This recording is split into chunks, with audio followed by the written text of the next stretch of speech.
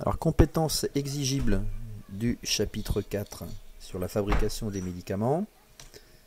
Donc 1. Comprendre le rôle de la chimie de synthèse.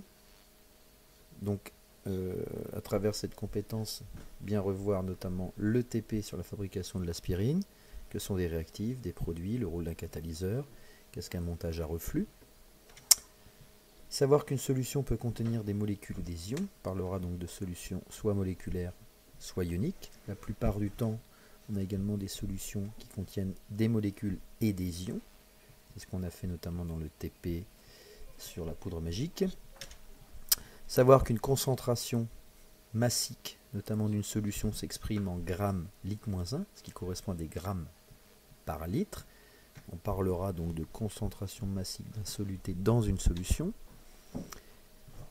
Compétence exigible, connaître et exploiter l'expression des concentrations massiques d'une espèce moléculaire ou unique dissoute. Cm soluté égale masse du soluté divisé par le volume de la solution. On doit être capable également de déterminer la masse à partir de cette relation ou le volume à partir de cette relation.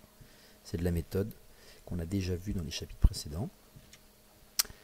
En compétences expérimentales, savoir élaborer et mettre un protocole de dissolution.